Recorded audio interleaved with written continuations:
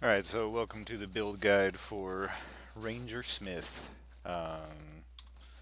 Just go over some stuff. It's not really super formal vid, but I figured I'd go over everything. Starting with the tree.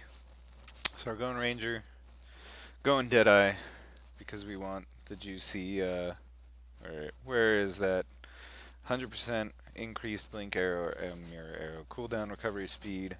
It's the first thing you want for this build. Super awesome. Um, Tailwind is good. It both affects you and your minions because it says allies, not party members. It's very important to note when you're doing any sort of minion build, but especially this one, as the Blink and Mirror clones count as minions. You want anything that affects allies. You don't want anything that affects party members because unfortunately that's garbage. Um, Far shot doesn't really matter. Rupture doesn't really matter. Neither of these two things matter. Unfortunately, there's really nothing else that truly affects anything on your clones because you're not doing the damage, your clones are. Basically, all you're doing is applying curses to the enemies. Um, so, yeah, important things on the tree: life, aura effect, and mana reduction. As you'll notice, I'm running 3 auras right now. We've got haste, clarity, and wrath. This makes it so that we can constantly be shooting out clones and not worry about our mana, but also give them attack speed and lots of extra damages. So yeah, other than life and the aura stuff, the main thing we really care about is skill effect duration, as this allows our minions to stay out longer. The longer they last, the more of them you have, the more damages you do. Yay, it's pretty obvious. Okay, so on the jewels, pretty much just have increased life, increased minion damage. Then we come up here, get minion damage and attack speed, more minion damage and life.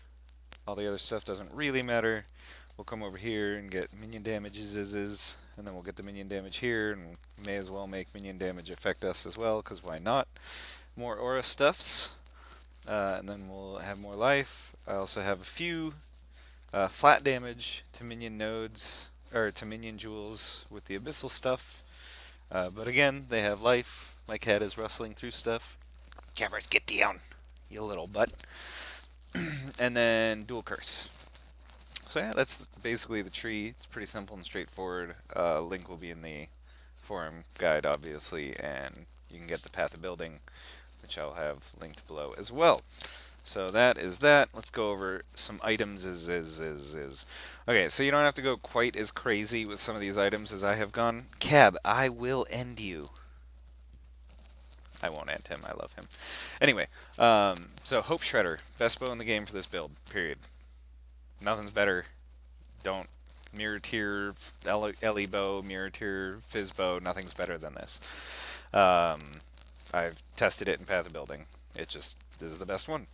If you can get the corruption that adds an additional arrow, that is the one we're shooting for.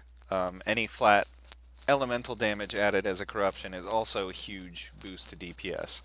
Obviously, in terms of DPS calculation, the flat elemental will look better than the additional arrow in terms of the calculation, but the fact that you're firing an additional arrow is essentially doubling the damage that we're doing, so it's always going to be better than just a small percentage increase.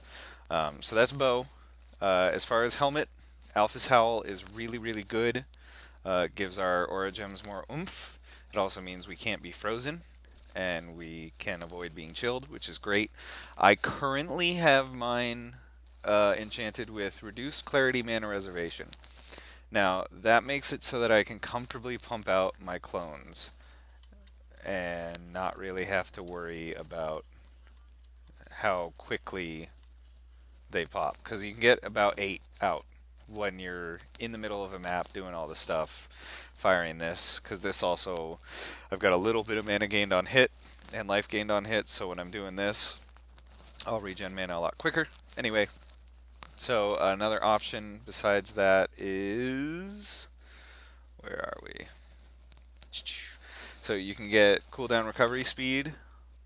You could also get increased mirror or blink arrow damage. The only problem is with these enchants, you're only hitting one of the clones, and since we're using both, um, to me the clarity mana reservation is a little bit better just because it allows me to run all three and I don't really have to worry too much about hitting my flasks too super often.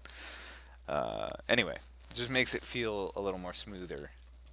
A little more smoother, that's a sentence. So yeah, that's the helmet. Now, as far as quiver, I have two quivers. I have my basic DPS quiver with additional arrow.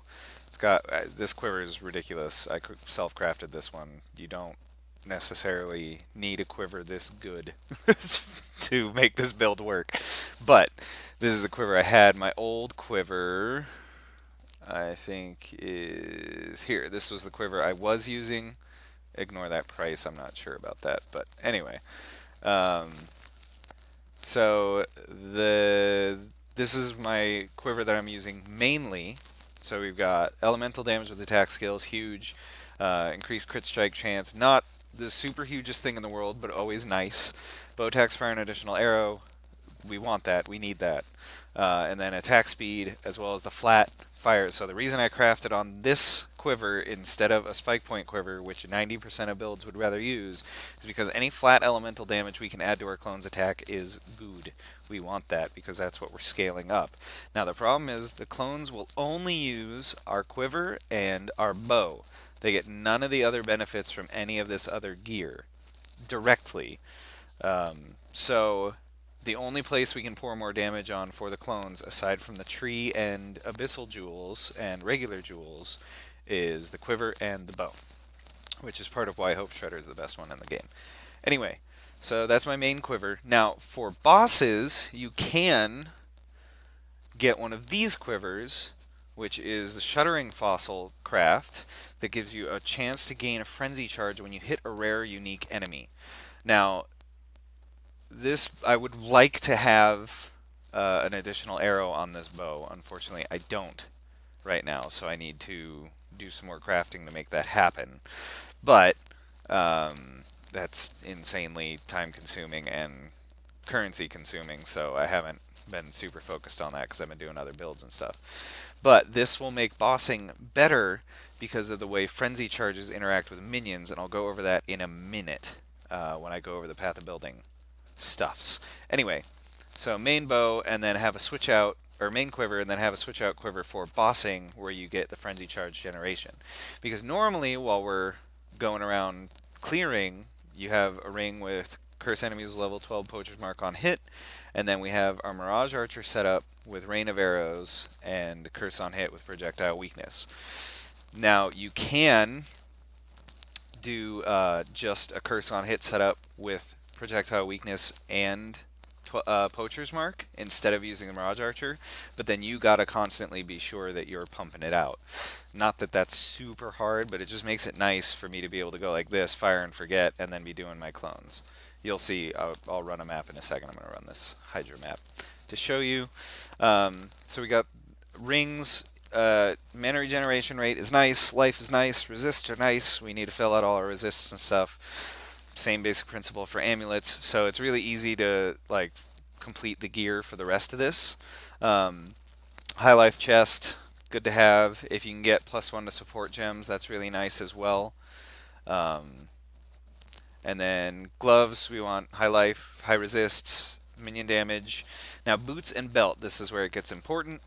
Boots and belt are the only other place, aside from the tree and specific uniques, which I'll also go over. We could be using Speaker's Wreath for the helmet as well, but this is better DPS.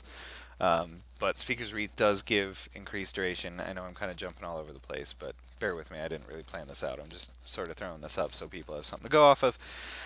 So boots, you can get Elder Boots with increased duration, as well as, so they're supported by increased duration, which helps. I've got my Mirage Archer and my curse in here, so that's nice that they're supported by level 15 increased duration. But it also gives 13% flat skill effect duration, or I think that can roll up to 15%. I just haven't divined these because I'm lazy. And then a corrupted belt can corrupt with skill effect duration. So these are the only places, aside from the tree and possibly Speaker's Wreath, that you can get skill effect duration. That's really important. The more duration we can get, the better off we are. You could also get, I believe you can get belts with cooldown reduction. Uh, but anyway, without getting too crazy into it, that's that. Okay, so path of building. Let's go over just a few things in here. Um, Nothing too crazy. We already went over the tree. Here's the tree, as you can see, same as it was. Um, so one of the important things is your duration. Like I said, so if you can get up to 7, that's really good, and if you can get down to 1, that's really good, because that means we can definitely always have 8, like no problem. But this puts us right on the cusp, and it's going to be harder to get better than this without insane, currency input. And it's not too crazy because nobody else is really going for this stuff with the mods that we want. So there's nothing like crazy meta that gates it. But anyway, so we're looking at about 200,000 clone damage right now. So all I've got is, have I used a skill recently checked, and I've used a minion skill. So obviously I'm always using minion skills and skills. But the thing is, once we pop this, if my minions are using frenzy charges, I mean that's almost a 100,000 DPS boost for each of our minions. So if our minions are each doing 300,000, right? And we're on, let's say, Shaper. So that gets us to 126 on that and 129 on that. If you multiply that by 8, we're getting close to 800,000. Well, it's close to 900,000 actually. Here, I'll even do the math for you real quick. So let's say 126. We'll take the lower number. Yeah, so we're hitting 1 million, just barely. We're hitting 1 million. But you got to have all 8 out, and you got to be on top of keeping them up, and they all have to have their frenzy charges going. So that's why having this quiver is so important. It lowers our DPS a teeny bit, but nothing too crazy. So this quiver is the one that gives us our frenzy charge generation. Now again, if we had the additional arrow, it would be even better. But that's basically what I want to show you in Path of Building, is how important those frenzy charges are. It's a really big deal to get those on there for the bosses. So non-boss, non-shaper, we're doing really good damage. I mean, with 3 clones out, we're doing 1 million DPS. It's no problem. So anyway, that's the path building stuff. On to some just showcasing build stuff.